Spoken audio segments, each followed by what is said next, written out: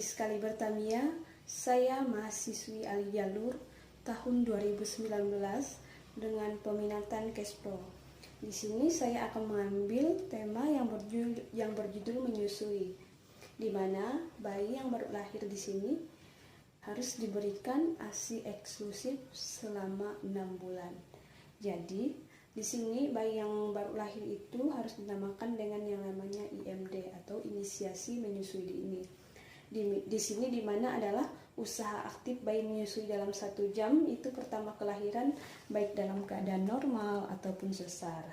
Jadi di sini tujuan yang pertama itu adalah memperkenalkan dengan bayi atau bonding assessment dengan ibu sesegera mungkin melalui inisiasi menyusui dini. Jadi ini kan ada ini yang tujuannya yang kedua juga itu mempertahankan kondisi bayi baru lahir dalam keadaan sehat. Jadi bayi yang baru lahir itu harus disusui atau dengan IMD. Yang ketiga itu mencegah perdarahan pasca persalinan.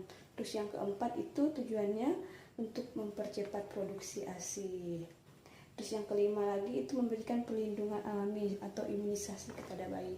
Jadi diharuskan bayi yang baru lahir itu harus diberikan nama yang namanya dengan IMD atau inisiasi menyusui dini.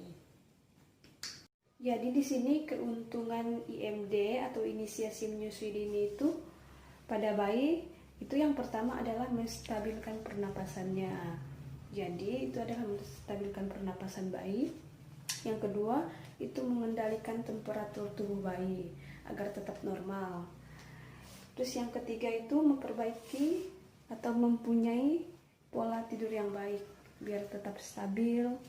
Jadi harus diadakan dengan yang namanya kontak kulit bayi. Itu adalah keuntungannya.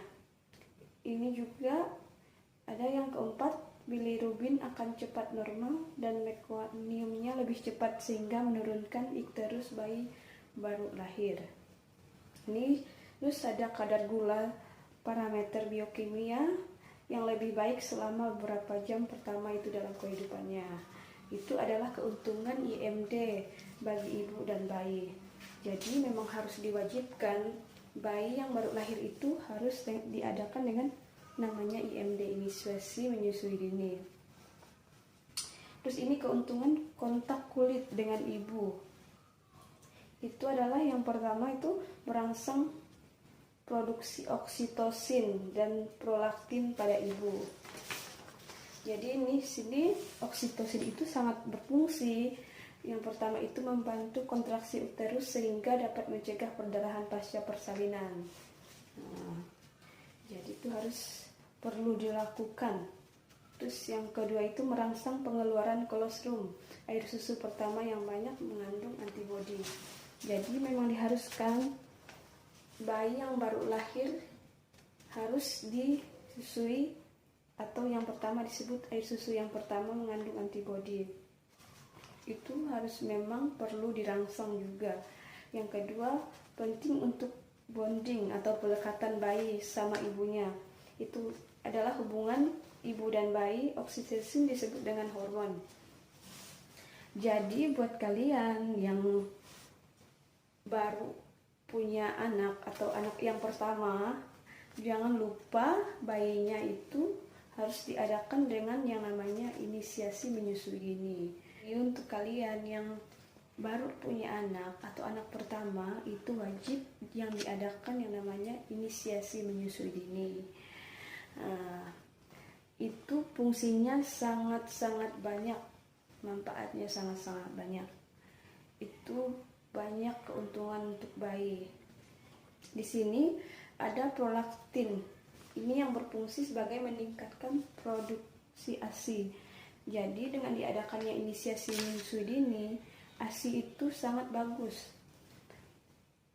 Di sini adalah membantu ibu mengatasi stres, menghilangkan stres, mungkin karena melihat bayinya baru lahir, yang dinamakan juga adalah yang terbayarkan setelah bayi lahir, merasa senang, jadi stres itu hilang.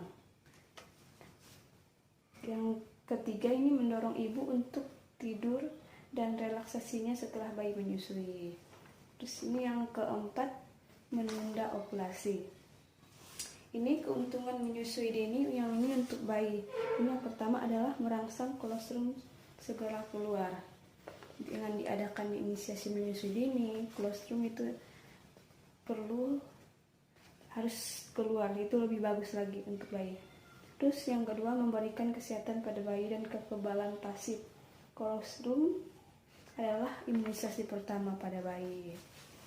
Makanya bayi yang baru lahir itu memang diwajibkan, sekali lagi diwajibkan, itu adalah pertama imunisasi pada bayi. Terus di sini juga ada yang meningkatkan kecerdasan, karena kan ASI itu fungsinya sangat banyak. Makanya bayi yang baru lahir itu diwajibkan selama 6 bulan harus diberikan ASI eksklusif tanpa makanan tambahan. Makanya kalau bayi dikasih ASI eksklusif itu adalah tingkat kecerdasannya itu sangat bagus. Ini juga membantu bayi mengkoordinasi hisap, telan atau napasnya. Terus meningkatkan jalinan kasih sayang ibu dan bayi, mencegah kehilangan napas. Jadi kontak bayi dengan ibu itu sangat perlu. Kontak napas bayi dengan ibu tuh sangat diperlukan. Kontak tubuh. Ini keuntungan yang selanjutnya, keuntungan menyusui dini untuk ibu. Ini yang pertama adalah merangsang produksi oksitosin dan prolaktin. Terus yang kedua, meningkatkan keberhasilan produksi ASI. Semakin bayi menyusu, semakin banyak ASI yang keluar, itu lebih bagus lagi untuk kesehatan bayi. Terus yang ketiga, meningkatkan jalinan kasih sayang ibu dan bayi. Itu yang dinamakan dengan kontak langsung bayi dengan ibunya. Makanya bayi yang baru lahir itu diharuskan inisiasi menyusui dini. Sangat besar manfaatnya.